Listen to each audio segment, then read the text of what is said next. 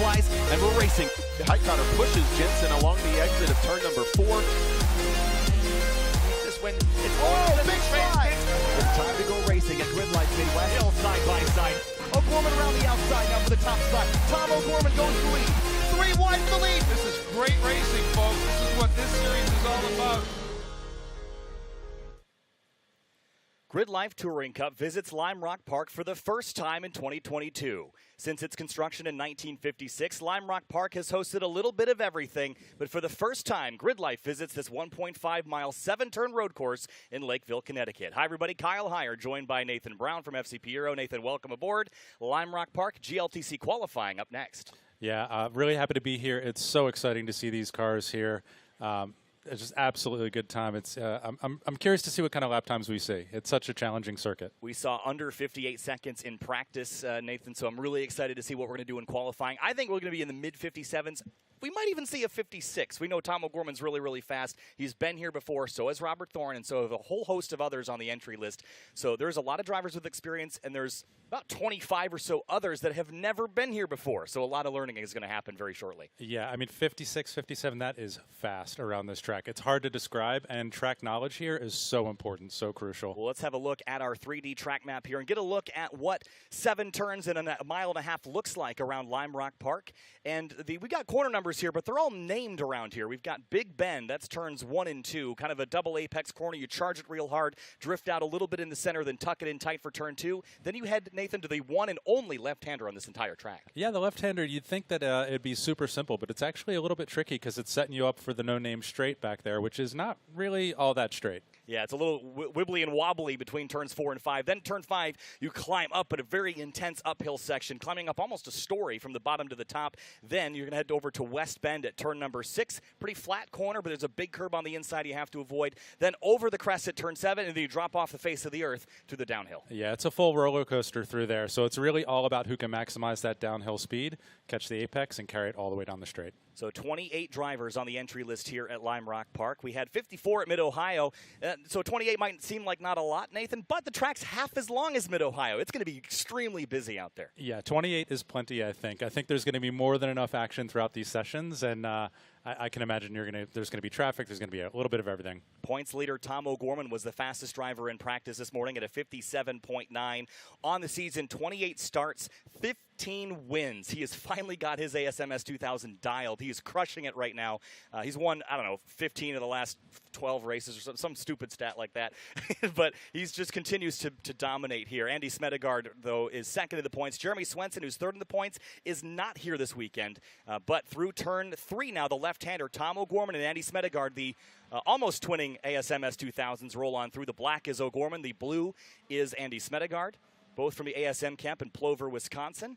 And heading up onto the no-name straight, pairing up together. I like that strategy for qualifying. Yeah, absolutely. I mean, anytime you can work together with a teammate, maybe get a little drafting down the front stretch, depending upon how close you are, absolutely going to be beneficial, even though it's not really a horsepower track per se. Over the uphill at turn 5, Matt Waldbaum heads up and over. Most recent GRIDLIFE Touring Cup winner at Mid-Ohio Sports Car Course. It was his first win ever. One other driver with 1 win on his record is Eric Jensen, who won at Heartland last October. He is on track right now in a black LS-swapped FRS. So GLTC, for those that are new, it's a power-to-weight series. So everyone is running in the same category, the same class, but you can run a car that is extremely lightweight and doesn't have a lot of power, or a car that's extremely heavy and has a lot of power. And those things mix shockingly well. Yeah, absolutely. And as I mentioned, it's not necessarily a horsepower track. Whoop. That's Matt Waldbaum off at turn 2, Big Bend. Trying to get a little bit too much there, Nathan, but the good news is there's a lot of grass to catch it. Yeah, absolutely. And then you get outside there, and it's easy to get into the marbles, and you just kind of wash wide. And luckily, yeah, he caught it, and good to go, back on track. Yeah, there was a drift session just prior to this, and what happens with the drift cars is they lay down rubber lines all over the place. There's marbles. Now the track staff did go out and kind of clean everything off, but it's going to change how the surface feels a little bit. Lisa Keys is stuck on the chicane on the uphill, by the way, and she had an issue at Mid-Ohio with the suspension, but she got that sorted. I think she's just looking for a clear area to rejoin the racetrack. And fun story about Lisa Keys' car. 20 years ago, that car raced for the first time after an engine swap, and it is here today with that same engine running 20 years later. I'm 24, so I was only 4 years old when that car raced here at Lime Rock for the first time. Wow, that says something about reliability. I'm not quite sure what it is. That's wild. Yeah. And here is Adam Javet, our motorsports director, who doesn't get a lot of opportunity to get on track. And here he's running the Giles 22 CRX, and I'm so happy that Adam gets a chance to drive a little bit this weekend. That's exciting. I know how hard Adam works. He puts so much heart and soul into this. So you build the series, don't get to race in it, and it's great to see him on track. Yeah, he has raced a couple of times in his own car. This is the first time he's been in this Honda CRX prepared by Scott Giles and Renee Hines. And Renee's driven it a couple times. Scott has driven it a couple times. It's a carbureted Honda engine, so it's of an older generation, but it really is a neat car to have in the paddock, and it looks the part too. And that's one of the things about GLTC is all the cars look really good as well. And trouble for James Houghton at the exit of the downhill on driver's right, and it does look like the black flag is being displayed, and safety trucks are going to go out and retrieve James Houghton. Doesn't look like contact, maybe just popped a line or something and maybe laid some fluid down, but we didn't see James Houghton on track at all in practice, so this might be why. Yeah, absolutely, and he's a heads-up driver, so if there is some kind of problem, he's going to get offline and get off track into the grass as quickly as he can, to try to keep things clean. Yeah, so again, that car has had all sorts of problems this season, but it has been quick when it's running. By the way, Rob Gagliardo on pit lane, running an old Grand Am ST Porsche Cayman. Yeah, Rob has not run that car a whole lot, so I'm curious to see kind of how he does coming back up to speed with that chassis, and to see how it does against the rest of the cars in GLTC. No aero, but he's a heads-up driver, so we'll see how he does. And I think Rob's got some experience here at this racetrack, so that should pay dividends. And the ST class in Grand Am obviously doesn't exist anymore, but there was a period right before it merged with the ALMS and kind of turned into something else. There was basically, I think TCR was the top class, or it became one of the classes, but it was ST and then GT and GS? It was basically GS, yeah. So GS at the time that ST cars were being built like that car was, were a lot of home-built stuff, not as much homologated chassis like we see now with GT4. So now it's GT4 TCR. Back then, you could build your Camaro, your whatever GT car for GS, and then you could build a Cayman for actually either class. Most of them slotted into ST because that's not a real high horsepower car. So Gagliardo sits on pit lane waiting for the track to get cleaned up. And again, pit lane's a busy place as everyone comes on down to await the return of the green flag. Other drivers and cars in the field, Ronnie Vidoc in the number 1, the 1999 Acura Integra. That's a Honda Challenge car that has joined us here this weekend. I'm really curious to see how that car will do. So far, running 16th here in qualifying, but not a lot of drivers have gotten good, clean flying laps. Matt Waldbaum, despite his off at turn 2, is the quickest car on track right now at 59.209. Now, we're about 2 seconds slower than we were earlier, so I have to wonder if the track conditions with the drift rubber has changed the track quite a bit.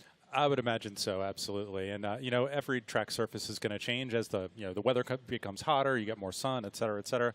Definitely a little bit greasy out there, and they might have been pacing themselves, but you never know. You never know how long a session's going to last, so you got to get your flyer in soon. Certainly. So Lil Shukla, by the way, in the 410 car, that is a red Honda S2000 from the ASM camp. So Lil's first weekend with us here in GLTC. He owns that S2000 that Robert Thorne ran at New Jersey Motorsports Park. So that car has seen competition here, not with that driver. Other new drivers to mention, how about returning one? Charles-Andre Billadeux out of Foster, Quebec, Canada in the number 26. That's a Ford Mustang, a 2020 Ford Mustang of all things. We've got Matt Corrance out of Ridgeway, Ontario, also out of Canada in the orange and purple 8th Gen Civic. We've got Lisa Keys back with us, Stephen Coppola out of New Canaan, Connecticut in the 144 car. That's a BMW 325. Tyler Pappas is back this week, and a whole host of others, including Luke McGrew, who was out for most of the season rebuilding a Corvette for the category. Previously had an NC Generation MX-5.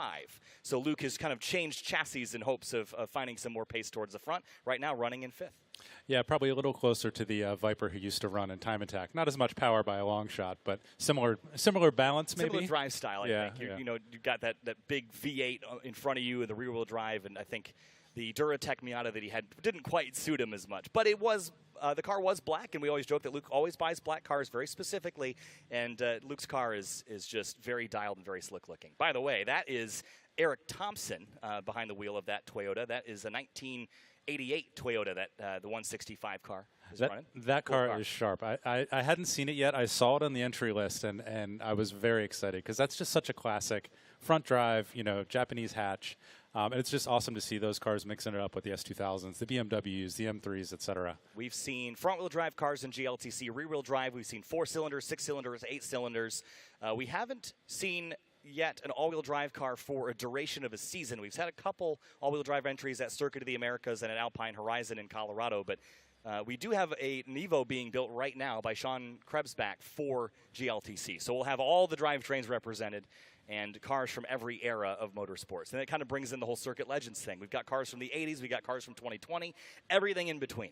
Yeah, it really, the whole grid life idea really captures the Circuit Legends idea overall, because it's a mix of everything for everyone. So whatever you're into, chances are it's on track, it's in the paddock, it's up on the the Legends display, the concourse area. It's really exciting to have that here at Lime Rock Park, and just kind of having all our friends here. It's fantastic. Well, the clock continues to tick away here, and depending on how long the cleanup will be for what I presume is some kind of fluid spill or an oil spill, we could end up ending the session without many more laps. Now, I don't know how many laps everybody got, so there are two options here, Nate. If this qualifying gets canceled because of the fluid, we either take these lap times because some drivers got some and some drivers didn't, so that's just too bad. Or we could go back to practice times, which most people got some decent times in practice. I'm not sure what they're going to do, but I hope that we'll at least get 2 or 3 more laps. And they're quick here, so even if we have only 3 or 4 minutes, we should be able to let drivers get on track a bit more. Yeah, you can definitely get a couple laps in just with a few minutes left. 57 seconds. Doesn't take long. It doesn't take long. Austin Hurdle, by the way, how about 4th for the number 34? That's that Nissan 370Z. Austin is out of Richmond, Indiana, joining us here this week. He missed Mid-Ohio, but glad to have him back with us. And that's a bigger, heavier car, makes north of 230 horsepower. So it's one of the bigger, heavier cars in relation to Eric Cattill's car, for example, which is, sub 200 horsepower, sub 2,500 pounds. And Cattill ran very well in practice. I think it was 2nd or 3rd at the end of practice. So far, though, I have not seen him. Oh, there he is, 9th on the timing and scoring. But that's not a representative lap of what he'll be at later. I've got to say, I've watched him, build that car after his hatch. Had some incidents there, and I can't believe how strongly it's come out of the box. He did really well at Mid-Ohio. Yeah, second, top 10s in everything in a second in race 4, yeah. Yeah, exactly. So to see him out there, I need to check that car out up close because it's very pretty, I promise. You talk about Circuit Legends, like the JTCC style of that Civic is definitely has a lot of style to it. It really does, and he's done a great job. He actually built that car himself. His previous car that he had, the EG Hatch that he had last year and that he won the 2020 season championship with, was a car that he had purchased. And there was a couple things about the way the cage was built that he didn't quite sit right. He didn't quite like how the car was in some areas, and he couldn't really fundamentally change them. This car built from the ground up from Cattill himself, and he's got this thing dialed. He was working a lot on suspension and bump stop and that sort of thing. He had the car hopping around a little bit at Mid-Ohio and seemed a little bit disappointed in its straight line performance because of the heavier cars, they just have so much extra power at the end of the straightaway. But at a track like this, you're not really using that straightaway speed. It's all about the changing of directions, the ability for it to stick to the road, and I think Cattill's car does that well. Yeah, that and carrying momentum, really. It's this track, you just carry as much speed as you can through almost every corner. You really want to try to stay off the brakes and maximize the opportunity to just carry that inertia through every corner. So it's quite challenging, and the sedan shape usually is a little better aerodynamically than a hatchback. So I'd be curious, as he continues to refine it, if he picks up a little more speed in the straight line. Yeah, and he's also got the option, he could go up, add a couple hundred pounds and add some more power, but he's like, I don't really want to do that. I want to keep the car light and keep it kind of true to the roots. And I like that. I mean, I think that's cool that he wanted to build a car. He's going to build it the way he likes it, and he's going to make it work. And I think that's a lot of drive that we see out of Cattill to make that happen. Eric Meadows is back with us this week. He blew a head gasket at Mid-Ohio. That was 2 weeks ago. So he tore that engine down and had an extra head and popped it back on, and here we are. I tell you, you do this because you love it. It's not always easy, but hey, you blow a head gasket, you got to get it changed out, get back out to the next race. And it's this particular event, because Lime Rock is so historic and it's such kind of a momentous occasion for GridLife to come here, no doubt a lot of people were kind of thrashing in the garages to get here. I know Eric Jensen was. Eric Jensen is out of Trophy Club, Texas. He was with us at Mid-Ohio, with us at NJMP, with us here this weekend. 22-hour tows.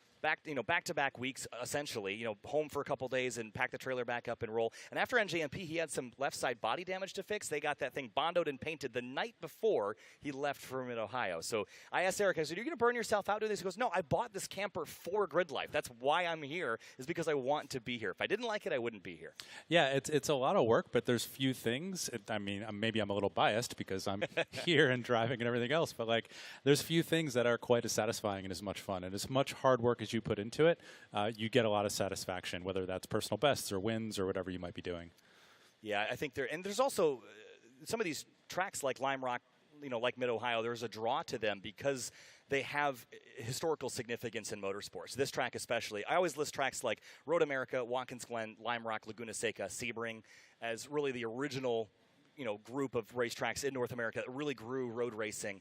And there was tracks before that and tracks after that that are as significant, and you could argue one way or the other. But Lime Rock in particular in the Northeast is just a staple of North American motorsport. Watkins Glen, a couple hours west, 1953. So they're all within, a couple, 50s, whatever, it's 50s. I don't know my stats on tracks as well as I should. But they're all within a couple of years of each other after they banned racing on streets after an incident in Watkins Glen in 1948. So, it's all part of the North American motorsport tradition is to come back to the places that we've come to for 50, 60, 70 years. Yeah, it's history. It's hallowed ground for a lot of us motorsports junkies. And Lime Rock is really unique in that it stayed very true to its kind of original roots. The circuit has been probably a little widened here. There's been a chicane added here and there. But it is very much the same circuit that all of the famous race car drivers throughout the 90s, 80s, 70s, 60s, 50s all drove on. And it's pretty much, it's the same track. Yeah, it is. And we have one of Paul Newman's cars will be here this weekend. And Sam Posey went for a ride in Michael S.'s drift car earlier. I mean, how about a passing of the torch in the motorsports world? That is incredible. Yeah, I actually was part of the crew. I got to help strap Sam into that car. And for me personally, that was an amazing moment to have a living legend like Sam Posey. It's the Sam Posey straight. Yeah, they named the place after him. I mean, that's cool. You're strapping Sam Posey into a car right next to the Sam Posey and straight. I'll bet you with all the laps, that was probably one of the highlights for him, I'm sure. It's just so cool, and it's really interesting and fantastic to see somebody like Sam who's, done broadcasting, done racing, done writing, and he's here with the rest of us, hanging out. He's interested in the drifting stuff. Like, it's just a good time and really inclusive and brings everybody together. I hear engines were rolling again in GLTC qualifying, fired back up after a stoppage for some fluid on the racetrack. James Houghton's car has been returned to the paddock area. We'll check in on that for you a little bit later, so we find out what exactly went wrong for James. He's been chasing problems with the ECU, but that might have been something more significant. We'll check in later, but for now, cars on track. They're not going to get a ton of time, so they better get up there and go quick to try to get their flying laps in. Yeah, any drivers with the time attack history of being able to go fast when you need to might do well in those last couple laps here. And there happens to be a couple of them in the field. McGrew, Hurdle. I know Robert Thorne's done some time attack. I know Tom O'Gorman has done some. DJ Alessandrini, by the way, is back running this weekend in Kevin Zoo's car. They're going to split a blue 8th Gen Honda Civic. Alessandrini was running Sunday Cup for a little while, and he bought a Fit just for that. And we're doing an esports stream last week. And I said, well, DJ Alessandrini, the Sunday Cup driver. He goes, oh, man, I really liked it when you called me a GRIDLIFE Touring Cup driver instead. So he got in the car here this weekend just so I could call him something else. Yeah, exactly. Stung a little bit. I know. I mean, Sunday Cup is incredibly competitive and a fun class, but I think the competitive level that DJ has, he just needs to be wheel-to-wheeling. That's just how he is. So he's back here this week, and he'll be running at least Race 1 and Race 2 today, or tomorrow. So he'll be on track at least a couple times. O'Gorman back across the start-finish line. Little touch of the brakes between turns 1 and 2 in Big Bend, and here he goes off into 3. Yeah, probably just trying to settle it in, feel the grip out, maybe build a little heat back into those tires as he attacks the rest of the track here. And that car, again, they've figured out the shock and suspension package on this car. And prior to the racing at Autobahn, he told me that this car drives like a factory GT car. And that's a dangerous thing for everybody else. We've seen his win record this season. He's the guy to beat every track we go to. He's one of the few that has experience on this track. He ran back in the IMSA Michelin Pilot Challenge Series a couple years ago here. That car didn't make it very far, but he has experience here this weekend, or at this track. So I think he'll be one to beat. Waldbaum, though, quickest before, so we'll see if Waldbaum can stay on top. Yeah, I mean, fast driver, fast car, tough to beat. Hard to say. I don't know. My money might be on Tom on that one. Yeah. Here's Eric Thompson again in that 1988 Toyota down the back straightaway. And I love the classic TRD colors on it as well, the orange, the red, and the black. A great livery that any old Toyota's got to have if you're going to race at wheel-to-wheel. Hey, I mean, Toyota still holds the overall track record here. The GTP car, yeah. I actually have that stat somewhere. I think I have the lap time buried in my information. And... yeah, it was a 43.112 by P.J. Jones in 1993. Yeah, tire technology, not what it was. No. Not what it is but, now. I mean, 43 seconds is quick. 1,200 horsepower Toyota prototype. Maybe that'll help. All right, across the line, new times. Eric Cattell, top of the board, 58.676 for the number 82 Hybrid Racing EG. O'Gorman, second quick, 58.8. Smedegaard, third. Waldbaum, fourth. Robert Thorne is in fifth. And Austin Hurdle, McGrew, Pappas, and Shukla, the rest of your top 10 for now. Yeah, starting to pack up a little bit. You're starting to see sometimes a little better representative of where these drivers will fall within the actual race. So there's Eric Jensen, by the way, on the front straightaway, the black FRS heading into view. He's got Zach Lavoie behind him. Eric Cattell in the 82 is going to come across the line again. Will we see Cattell go faster this time across? Yes, a 58.646 for Cattell. Robert Thorne second quick, a 58.813. Thorne goes second fastest on the board.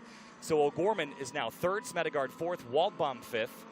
But all ASM top five except for Eric Cattell, holding it down strong. Yeah, the odd man out there for sure. But good to see a BMW up top there. You know, Thorne's drifts a BMW in pro spec, so you know we're going to root for those guys. Ooh, yellow flag here at the no-name straight, and looks like there's one car off. It's on the inside. Matt Waldbaum at the chicane. He's had a couple moments in this qualifying session so far, but he's climbing up through the chicane, so we should be able to keep going. And there's actually another car off there too slow, and that might be Robert Thorne. I think it might be, yeah. Slow, it's hard to tell. Yeah, into West Bend. So we'll see if that is intentionally slow or unintentionally slow. O'Gorman, top of the board, 58.236. Knocking to the door of a 57-second lap. Here comes Cattell now. Will Cattell go quicker? He was behind Zach Lavoie, so we'll see if that had held him up a little bit. Across the line for Cattell. Not quicker this time through. Yeah, knocking on the door of the 57s, which you said we were already down there earlier today. 57.9 O'Gorman had in practice. Zach Lavoie is back with us after missing Mid-Ohio. A little dirt drop from someone ahead of Cattell as he works his way through a true circuit legend. This car is he's going to be stuck behind Eric Jensen, and he's going to have to back down the lap. You see him, I think he's bailed out. Well, he tried, and that's going to be it, the end of the lap for Eric. Yeah, a little bit of a checkup there, and that's really the tricky part of this is, no-name straight's pretty narrow. Yep, and we're now waving yellows on the back straightaway, and that's Austin Hurdle on the chicane on the uphill. Now, I have to wonder if that's the only thing that's over there, because they wouldn't be waving yellows if he was on the chicane. But there's Matt Waldbaum in pit lane getting attended to. So a bunch of things going wrong for drivers in this particular session. It has been an action-packed qualifying session, that is for sure. There must be something out there that we're not seeing, I'm assuming, on the cameras here. Yeah, so Hurdle is parked at the top of the hill and still waving yellows. And O'Gorman did go quicker, by the way, at 58.15, so he's got a half second on Cattell now. But Hurdle went sixth quick, I should say, and then stopped. So something must have broken, or there's something amiss there. You see, that's the 898 of Brian DeFries driving slowly, Andy Smedegaard slowing down. So at this stage, with the waving yellows and potentially something on course, I don't know if you're really going to find pace at this stage in qualifying. We'll see. Yeah, absolutely. And this is a track, as mentioned earlier, the track knowledge here is so important. And if you get your pressures wrong on tires, for example, your left side tires here just take a beating. And if your pressures are a little too high when you start the session, you're not going to be able to improve on that time once they go over pressure. I just saw Hergen go through turn one. He's running the old BMW from FCP Euro, and there's a little story behind that car. I mean, that is the car that started, FCP Euro Motorsports, and, that still belongs to Michael Herzen himself. Rob Gagliardo, actually, in the Cayman co-drove that car and a few of our other cars in AER, the Mercedes that we built, and things like that. So, yeah, that's that car. I don't even want to count how many laps that car probably has here. Lots, but that's great. Yeah, probably half as many as Michael does. I know this is the first track that he ever drove on when he was probably far younger than he is now. That's really cool, though. We saw that car at Midwest Festival as well this season, so glad to have it back out on track right now. 24th out of the 30 drivers that have taken times. As looks like a couple other drivers we should mention down the order. We've got, looks like Adam Jabay running 29th right now. Looks like Vidoc in the number 1 running in 7th. That's a really solid time for Vidoc in that Honda Challenge Acura Integra. And Austin Hurdle has obviously not gotten out of the car. There's no damage on it. Just must be a mechanical issue. Could be something like, stalled it or, trying to get rolling or something of the sort. But he'll be stuck there until the end of the session, which should be very shortly. James Houghton with problems and a couple others chasing mechanical issues here at Lime Rock Park in qualifying. We've got 4 races on the weekend for GLTC. Race 1 will be later today. Race 2, 3, and 4 are tomorrow. So make sure that you tune in tomorrow if you're not with us here. If you're with us here at the racetrack, circuitlegends.com for the schedule, and you can see when those races will be and grab your spot at the fence. Yeah, it's going to be exciting. There's a lot of great viewing here at the track, so don't want to miss any action. I got my parents up on the hill behind me there. They're in the shade, and we're making a comment about how beautiful this racetrack is, and it's such a great spectator experience. They've been to Road America, they've been to Watkins Glen, but this one in particular, there's just being elevated up on the hill changes your perspective. Yeah, great viewing from there, and my parents are actually watching on the live stream. Awesome. So. That's really cool. Ooh, smoke cloud from somebody off into turn 1. I wonder if that was lockup or something else. It looked kind of like lockup, hard to tell, but I'd imagine that's probably what that was there. So tow truck is being released to get Austin Hurdle with the number 34 back on the rollback or the tow hook here, and we'll let him get that car sorted. Now, the good news for Austin is that he has a little while to fix that car. He'll have about 2.5 hours to get it sorted. We race at 5 o'clock p.m. tonight, so if there's something amiss with that car, he'll have a shot at fixing it. But they're letting these guys run pretty long. We're 25 minutes in and still green. Yeah, that's actually a little more time than I thought we were going to have here. I'm not sure, you know. Yeah, we have a little bit of overage, so I think we're going to burn some of that on this particular session. But might as well let everyone get a really good competitive lap in here. I did notice Eric Meadows hasn't had a really good representative lap. So, again, he just replaced that head gasket. It just started up the night before he put it on the trailer. So who knows how well that thing will run. Could be taking it easy, just kind of feeling it out, you know, learning the track, making sure everything's good with the car after doing all that work, and, you know, kind of ease into the weekend, you know. Yep. So it looks like the track staff is going to do a little hot pull here and bring this number 34 back into the pits. But that's a challenging proposition at a track with such a narrow pit entry. And now the checkered flag is being displayed at the starter stand, so qualifying will complete. Any driver on a flyer can continue until they reach the checkered flag, and then they'll come back into pit lane and prep themselves for the first race of the weekend. Yeah, absolutely. I mean, got a little bit of time there for everybody to get prepped, review data, review video, and try to get their heads in the game for that evening, late afternoon, early evening race. Track temps will be a little cooler. It'll help just a touch with the lap times. I think we'll see a little bit quicker, especially once they get some more laps in and get more comfortable with the racetrack. So GRIDLIFE Touring Cup qualifying is complete. Now, Eric Cattell had a strong run early in qualifying, but Tom O'Gorman did beat him by a little bit. So O'Gorman will be your provisional pole sitter, assuming everything goes well in impound. Eric Cattell will be second. Very strong run for the Hybrid Racing EG. Excited to see how that car will do. Starting on the front row, he earned this one this time. He had the benefit of the invert at Mid-Ohio. This time he qualifies on pole for race 1. That should be quite a start. I think it's going to be a fantastic race. Everybody's pumped to be here, and it'll be a good battle, I think. All right. Well, up next is going to be Drift here in just a couple minutes. We'll take a very short break. We'll be back with you for GRIDLIFE Drift in a few minutes.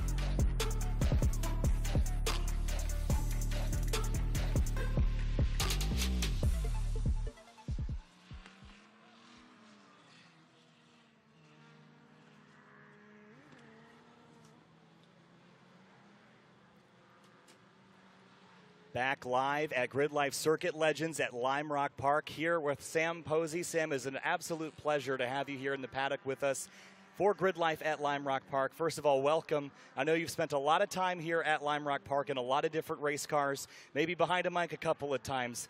What is your first impression of GRIDLIFE here at Lime Rock Park? I didn't have a first impression. I had about 10 impressions all at once. Couldn't distinguish between one and another. It's just incredible to see what's going on here, the new GRIDLIFE and so on. I mean, it's just been a terrific experience to see not only the drifting cars, but others that are just as interesting in their own right. Well, I'm so happy to have you here. I saw you went for a drift ride with Michael Essa earlier. Was that your first time ever in a drift car? That had to be a heck of an experience. You've probably never taken a lap like that around Lime Rock, huh? I certainly never have taken a lap like that. If I woke up this morning and thought what I'm going to do today, I would never in a million years have guessed that I would be going around in a grid car. Well, I'm so happy that you got that experience, and I've gotten a chance to ride in a drift car a couple of times, but GRIDLIFE is all about motorsports inclusion and showing drivers from one perspective, the drift car, how the Touring Cup guys do racing and how the track battle time attack guys do things. So isn't it really unique to have all of these things together in one particular weekend? It is, but history has a few similarities. You go back to 1959. And Roger Ward, the Indy winner, competed here with a midget against Aston Martin sports car. And they went wheel to wheel for about easily an hour. And the little midget won the race. So there have been happenings here as long as the track has been here. I mean, it's so cool. I know Lime Rock Park, one of the I call it one of the original North American tracks, built in 1956. And I know you raced, I was just reading up on your 1968 Trans Am rides and that sort of thing, racing with Roger Penske. And that had to be quite the experience. But how much has this track changed over the years? To me, it seems like it's still kept its heart and soul after all these decades of racing. That's it. It's still kept its heart and soul. And much of the layout is exactly as it was all those years ago. And it makes it was very special. We're doing something with Paul Newman, and he is able to come to this track and measure his progress through the years as he got better and better. And that is possible only at Lime Rock, because only here is the sorry, I'll run into this.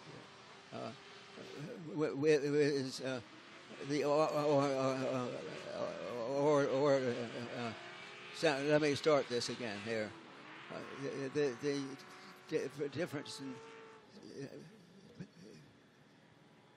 the way the track is to different drivers. Newman, for example, wasn't very fast at first.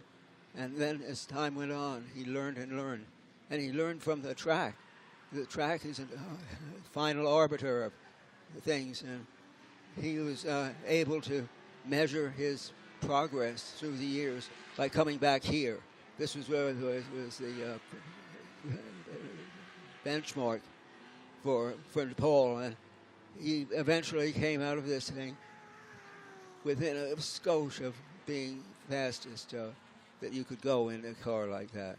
We were just talking about the track record here. 43 seconds set by P.J. Jones in 1993 in a GTP car. What an era of motorsport that was. And really the soul of what we're celebrating this weekend with Circuit Legends and celebrating the great race cars from the 1970s until the early 2000s. What a great era of motorsport that was. It was, and it led me to one of my most terrific finishes, which was the lap record had hovered around a minute flat for several years. And I broke the minute with a 59.6 or something like that.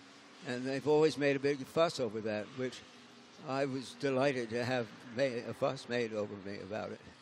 Well, we have a track record at our home track at Gingerman Raceway. 140 was the time that everyone needed to beat. So we have something similar to that nowadays. Yeah, well, those barriers are there to be broken, is the old cliche. Yeah, that's really neat, Sam. And I know you had a long broadcast career as well. And for me, I'm relatively new to it, so I was hoping I could learn a few things from you this weekend.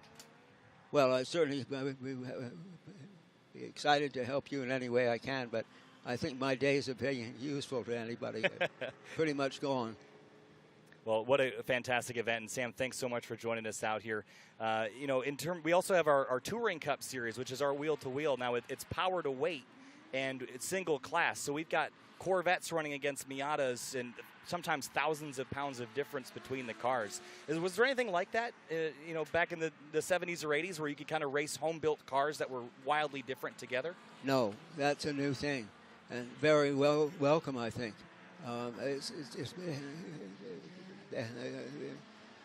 In my era, the cars were dissimilar. Some of them are better than others, but they were all running on the same rule set. And it's hard for me to get my head around this idea of different cars in the same class. I happened this afternoon, a Corvette running against a Miata, spec Miata, and we own both of those cars. And the idea of preferring one over the other just doesn't exist. Each one has its own pluses and minuses, and I feel so lucky to have them at my disposal because they're both cars that are higher ranking thing, but they make great race cars, and to get into one and know you've got to beat guys that have exactly the same thing going for them, that's really something.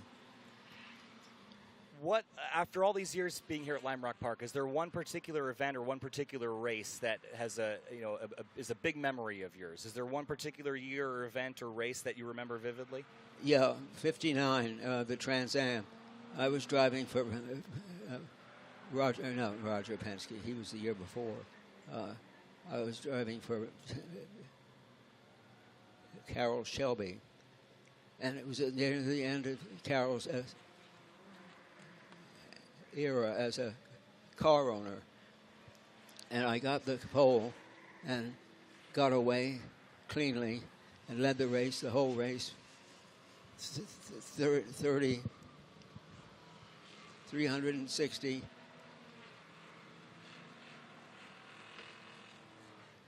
Led the whole race, and largely because the pit work was so good. And every time we pitted, and there were 30 cars in the race, which lasted over 3 hours, I'd gain a little bit on the pit stops, but not much. And so the strain was incredible. And I got within 5 laps of the finish, and the car went south on me. And I had to nurse it home. And luckily I was able to do that. And I wanted to talk to Carroll Shelby about how great his team had been and what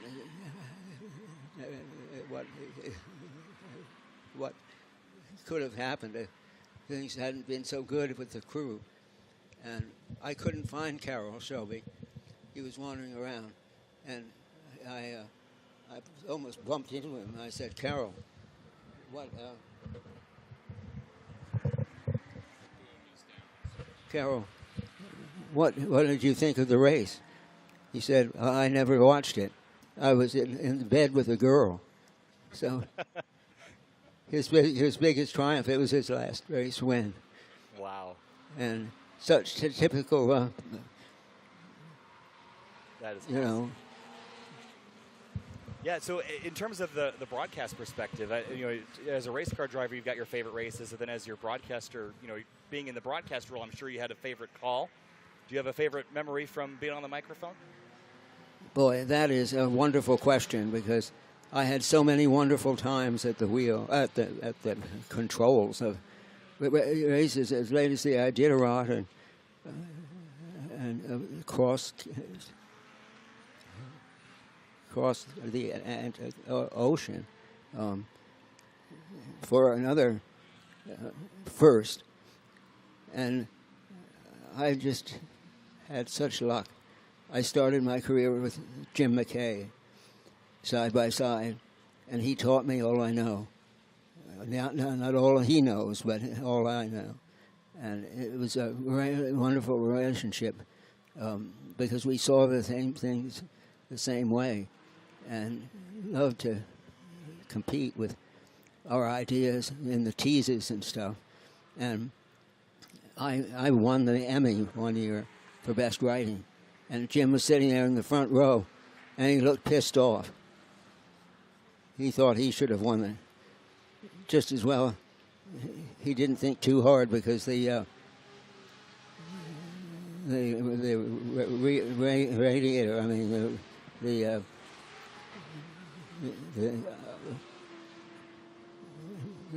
sorry here,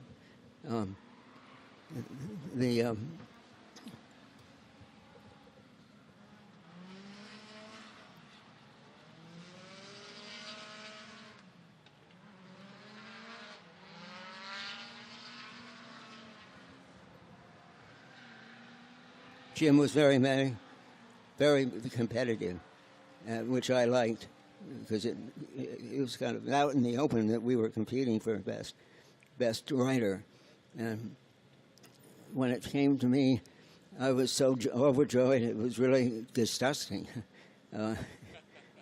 But that was then, and that's not now. I think what I enjoyed the most about the racing coverage of Indianapolis was a race between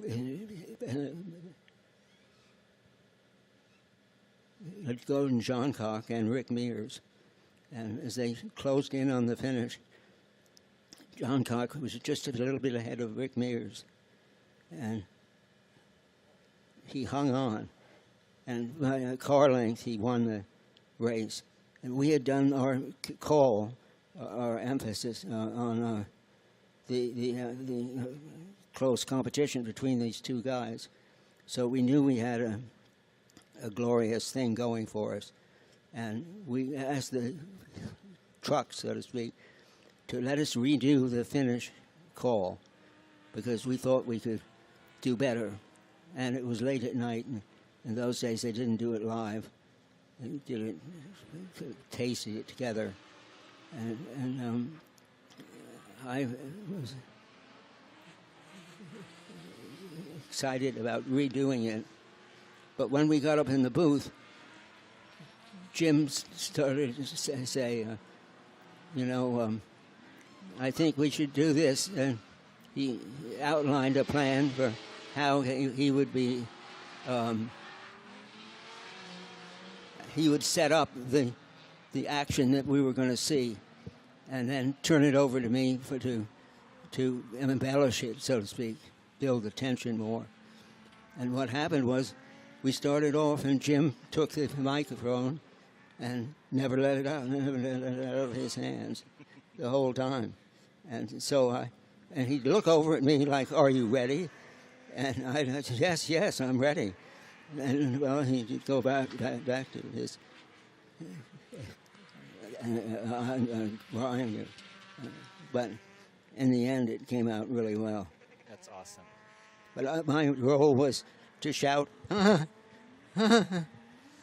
time there was something really close. Yep. So that was a great event, and a great event to have the privilege to cover. People don't see that, the privilege part of it, but it's really amazing what you can do and what you can't do on the air, and what you can get away with, and what you wish you hadn't started down that road. Sam, one final question before we let you go. GRIDLIFE's paddock is full of people that are young and new to motorsport. If there was one thing you could say to the drivers that are new and young and getting into motorsport, what would that be? Have a lot of money. They say the best way to be a millionaire is to be a billionaire and go racing, right, Sam? Yeah. Of course. Awesome. Thank you, Sam. Thank you so much for being here and enjoying the weekend with us. And it is an absolute pleasure to talk to you. And I hope you have a blast the rest of the day and the rest of the weekend. Well, thank you so much. Thank It was you very great to much. have your Appreciate questions and so forth. All right. Thank you. We're going to step away for a few minutes here on Grid Life Live. We'll be back in a few minutes.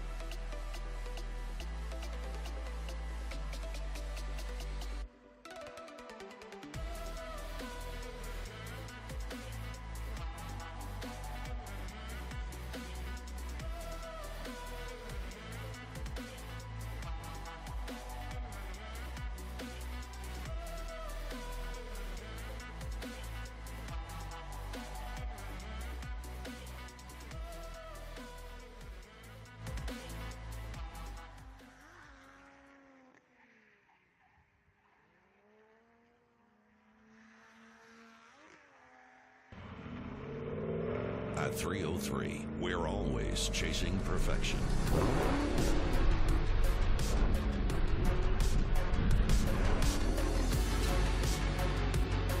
Protect your ride with graphene nanospray coating. Now, boost protection, shine, and slickness with graphene detailer. Level up your detailing game. Harness the power of graphene with 303. Ooh. Call Logano. Hey, Joey, you can save money if you fill up at Shell if you use Advanced Auto Parts Speed Perks. Dude, I'm way ahead of you. You saved at the pump? Yeah, I saved at the pump. The pump? The pump. You saved at the pump! Woo! Now you can save at the pump when you shop at Advance Auto Parts. Learn more at advanceautoparts.com/gas rewards. Now, it's my turn.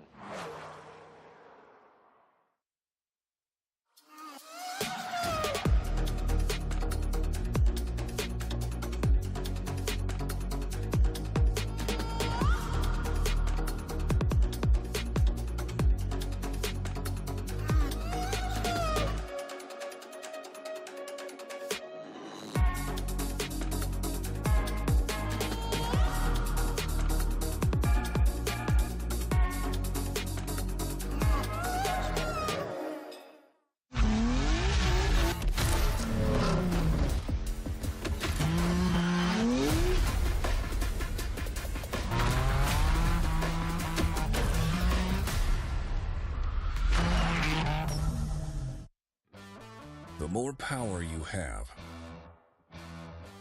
the more grip you have, the more you push the limits, the more stopping power you need. Get race-proven technology. Hawk Performance.